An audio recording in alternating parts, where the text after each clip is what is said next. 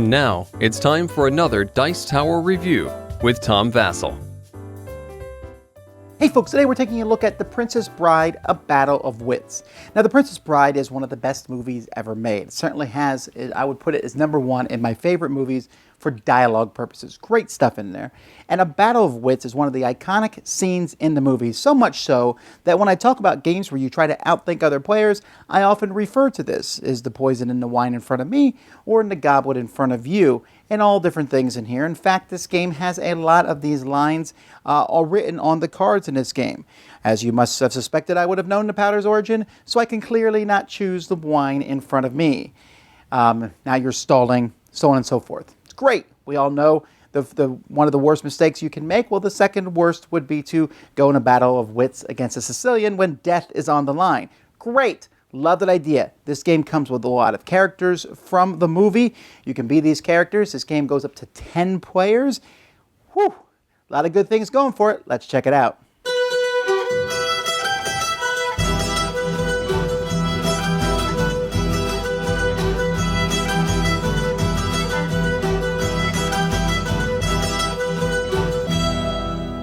At the beginning of the game, each player is going to pick a character. So you can be Vicini, or the Man in Black, or Inigo Montoya, or the Castle Guard, the Prince Humperdinck, Fezzik.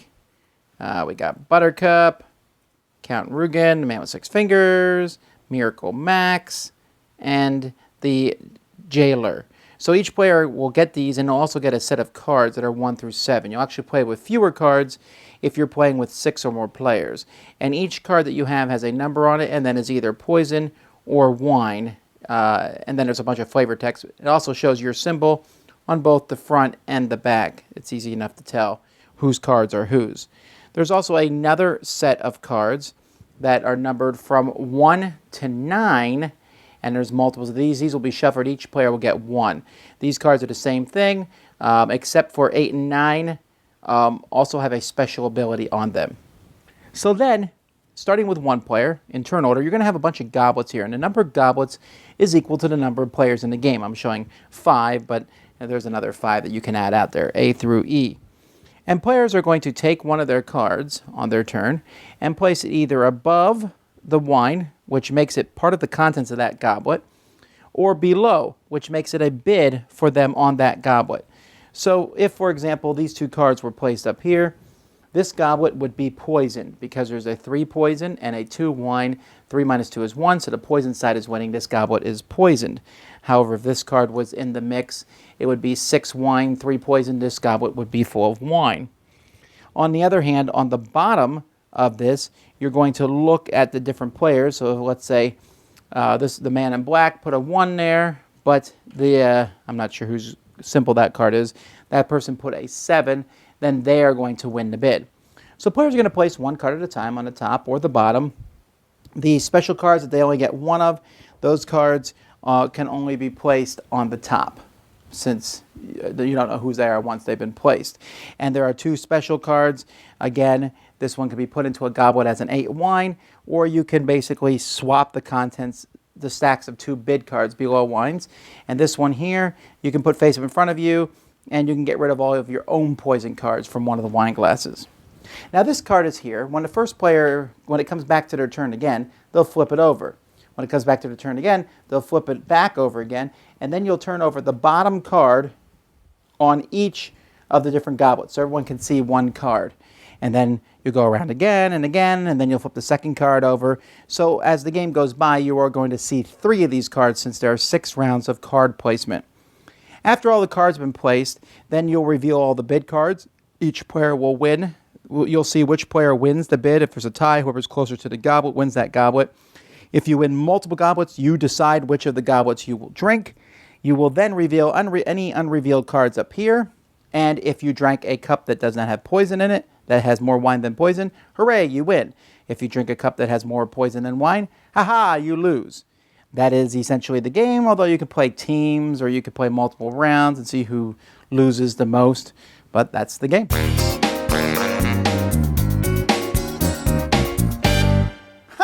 Well, graphic design is okay on the cards. The still shots from the characters from the movies are okay.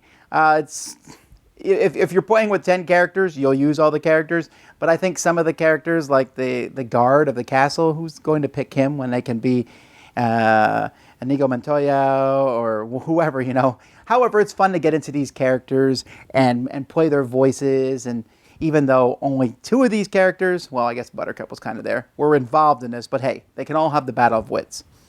The game plays up to 10 players, like I said. If you play it that way, don't. Because that's way chaotic. So what I would recommend instead of playing with 10 players is to play a different game. Essentially, this game is just really not that good. It's very chaotic.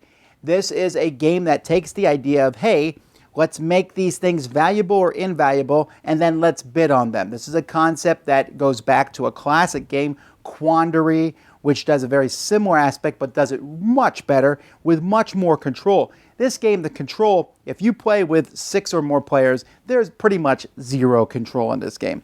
If you play with fewer than that, there's some control, but even then, you're kind of just blindly guessing the whole game. And it's not like, ooh, you put a card there. What did you put there? I don't really care what you put there because I have no idea. There's no way to tell. And a couple other problems with the game. Those extra cards that are given out, the 8 and 9 special abilities, are extremely powerful. It's mind-boggling how unfair it is if I get the 8 or 9 and you get the 1. That is just not even remotely comparable. My card is better than yours. I will do better at the game than you. Ha ha. Who thought that was good? But other than that, and then you reveal the cards each turn, which gives you some information, but at the same time, you reveal almost all the cards. Since players are only playing 2 cards in each round, and one of them is probably in a cup, and one is taking over a cup, likely. That's not going to happen all the time. So almost every card is revealed. And you'll put your big poison cards in a cup that you hope that someone else doesn't go to. And why would you put any of your own cards in a cup you know there's a lot of poison in? And then multiple players win at the end of the game and some players lose. It's just a very unsatisfying thing. I have not played this with anybody who has enjoyed it. But I have played it with some people who threatened me with violence for making them play such a game. And I can understand that. Love The Princess Bride, love the movie, love the theming, and the game sounded like it would work. Unfortunately, there are several games that do the same concept better. This one is just too chaotic and random to be any good. Dice Tower Judgment, mostly dead. Thanks so much for watching the Dice Tower videos. Find more great videos and reviews, as well as our top-rated audio podcast at Dicetower.com. You can also find other great shows at Dicetowernetwork.com. I'm Eric Summerer, and you've been watching The Dice Tower. The Dice Tower is sponsored by Cool Stuff Inc., where you can find great games for great prices. Cool stuff in stock. Check them out at CoolStuffInc.com. Shut the door! There.